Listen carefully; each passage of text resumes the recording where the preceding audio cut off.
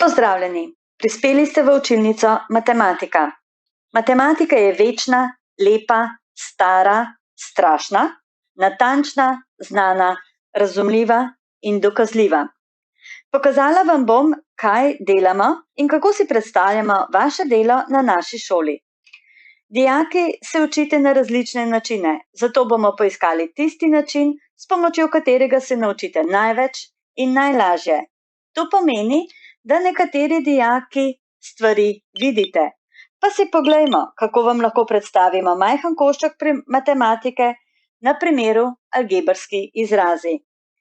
Napišemo vam vse podatke, ki vam pomagajo razumeti te izraze, da si lažje predstavljate, kaj to je.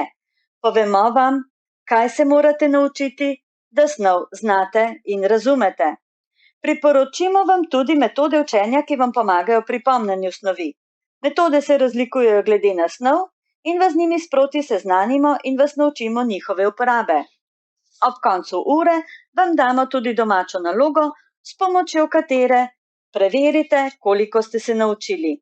Zanjo seveda pričakujemo, da jo tudi naredite. Spet drugi dijaki se lažje naučite, če stvar slišite. Pa poslušajmo primer linearne enačbe.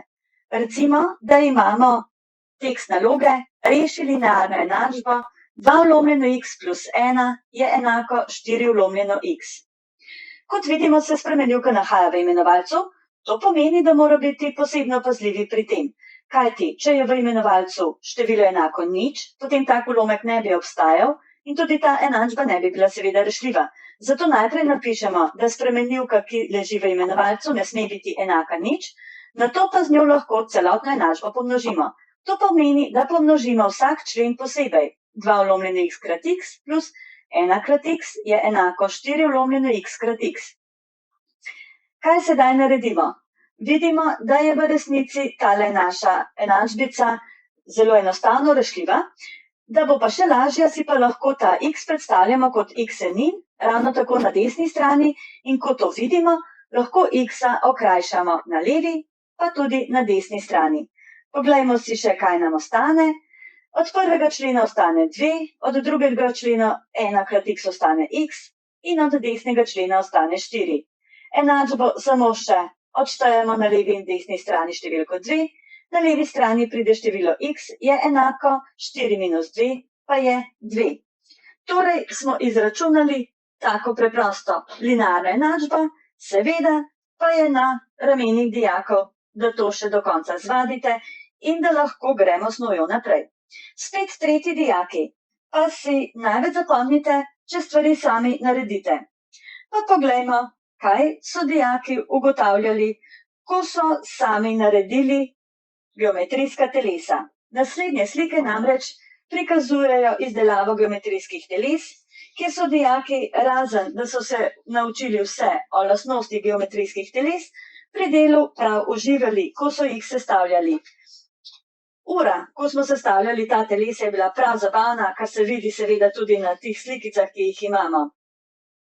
Ostalo nam je dovolj časa, da smo se s temi telesi tudi malček poigravali. V nadaljevanju sem zapisala citat Lebega, v katerem matematika dobro opiše odraščanje. Včasih se namreč v obdobju odraščanja zdite neodločeni ali pa mogoče, da ne vidite cilja. Matematika vam pri tem pomaga. Če hočeš oditi v neskončnost, samo hodi v končnem v vseh smerih.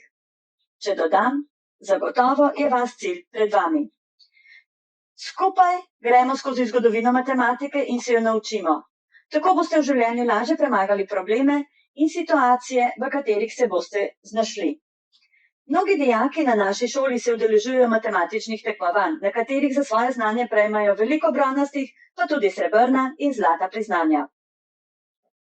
Naši dijaki pa znajo predstaviti svoje delo tudi na različne načine. Poglejmo si eno izmed del naših dijakov. In sicer smo skupaj z dijaki naredili načrt projekta Združimo geometrijska telesa z zgodovino, geografijo in naravoslovnimi predmeti. Pred seboj imamo eno izmed predstavitev naših dijakov in sicer poševno piramido. Dijaki so nam najprej predstavili osnovne podatke, potem so zapisali vse formule, Razložili so različne vrste poševnih teles, naslednje slike pa predstavljajo poševne piramide v urbanem okolju, kjer so našli zelo izvirne piramide, ki so jih arhitekti umestili v prostor. Že v starem Egiptu so nekatere piramide poševne, tudi te so našli. Razen v urbanem okolju so našli naši dijaki poševne piramide tudi v gorah, nekaj slikic o teh gorah. Poševne piramide so tudi v obliki kristalov in imamo zopet nekaj slik teh kristalov. Seveda pa lahko poševne piramide uporabimo tudi za popestritev okolja. Dijaki se naučijo pravilno zapisati vire in oblikovati predstavitve svojega dela. Za konec pa vas vabim, da si na drugih točkah tega prostora pogledate več izdelkov naših dijakov in drugega materiala.